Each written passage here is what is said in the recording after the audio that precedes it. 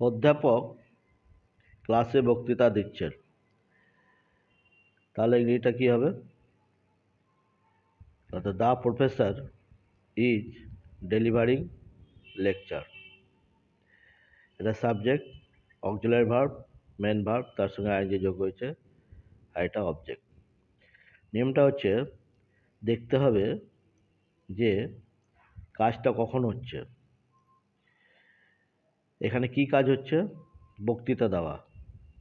কাজটা এখন হচ্ছে, তাহলে এটা প্রেজেন্ট কন্টিনিউয়াস টেন্স।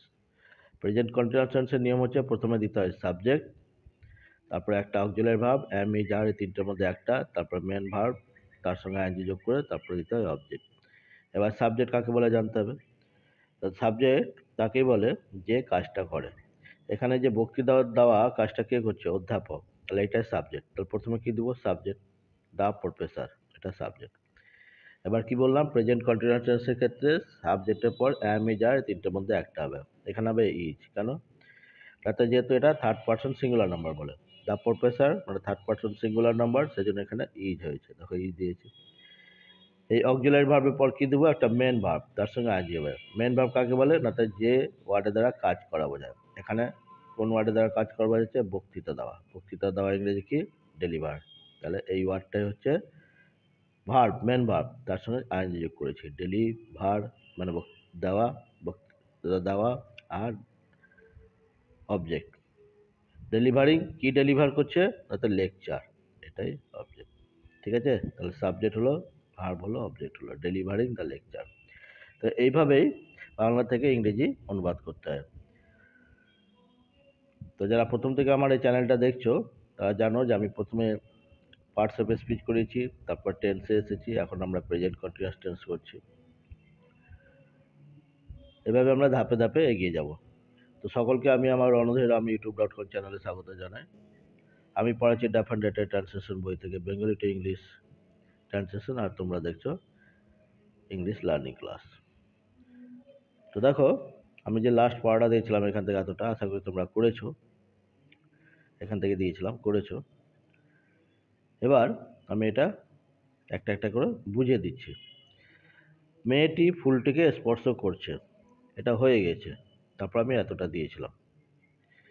মেয়েটিকে ফুলটিকে স্পর্শ করছে, এটাও সেই একই, এখনই হচ্ছে কাজটা।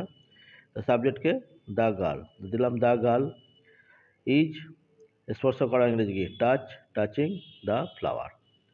তাহলে এটা হলো সাবজেক্ট, অক্সিলারি ভার্ব, মেন ভার্বের সঙ্গে আইএনজি, আর দ্য ফ্লাওয়ার অবজেক্ট। অবজেক্ট কাকে বলে?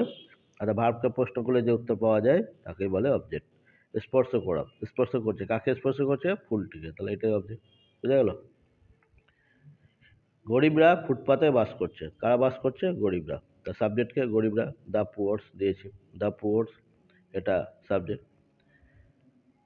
এবার মেন ভার্ব দাও, আর দিলাম, এই অক্সিলারি ভার্ব, দ্য পুয়ার্স আর কি করছে? লিভিং, বাস করছে, লিভ, এটা মেন ভার্ব। কোথায়? On footpath. তাহলে গরিবরা ফুটপাতে বাস করছে বললে কি বলবো?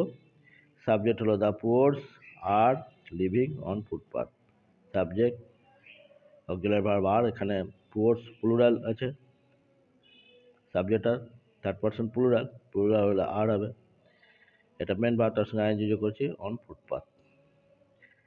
নদীটি শান্তভাবে বইছে, কে বইছে? নদীটি। তা নদী ইংরেজি কি? দ্য রিভার দিয়েছি, এটা সাবজেক্ট।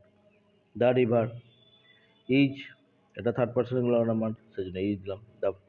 দ্য রিভার ইজ, বওয়া ইংরেজি ফ্লো, ফ্লোয়িং শান্তভাবে, gently. The river is flowing gently. Clear? আমরা আমাদের দেশ ত্যাগ করছি, কে করছে? আমরা। সাবজেক্ট কি? আমরা ইংরেজি উই দিলাম। এবার উই আছে, তাহলে আর দিতে হবে, এটা প্লুরাল নাম্বার, সেজন্য আর। উই আর, ত্যাগ করা ইংরেজি কি? Living our country. সাবজেক্ট হলো অক্সিলারি ভার্ব, মেন ভার্বের সঙ্গে আইএনজি যোগ করেছি, তারপরে object. We are living our country. বৃত্তটি ঘর পরিষ্কার করছে, তাহলে এটা কোন টেন্স? কাজটি কখন হচ্ছে? এখন হচ্ছে। তাহলে এখন যখন হচ্ছে এটা প্রেজেন্ট কন্টিনিউয়াস টেন্স।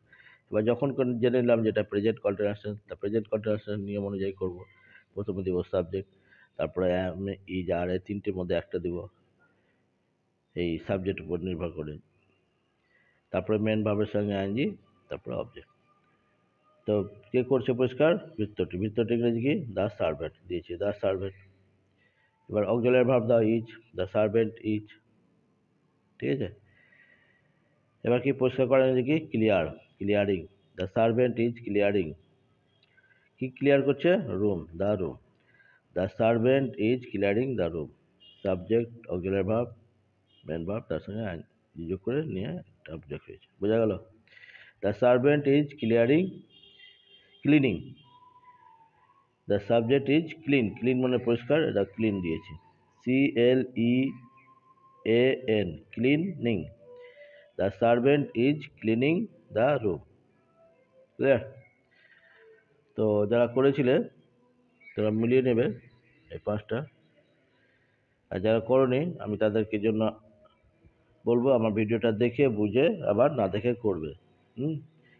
এরপরে আমি আবার আরও পাঁচটা দিচ্ছি এখান থেকে। মন্ত্রী মহাশয় বক্তৃতা দিচ্ছেন, আমরা এখন গান শুনছি, সাহেলি একটি গল্পের বই পড়ছে, তোমরা এখন তাস খেলছো, সুবন বান্টির সাথে গল্প করছে। এই পাঁচটা আরও করবে। ওকে, থ্যাংক ইউ।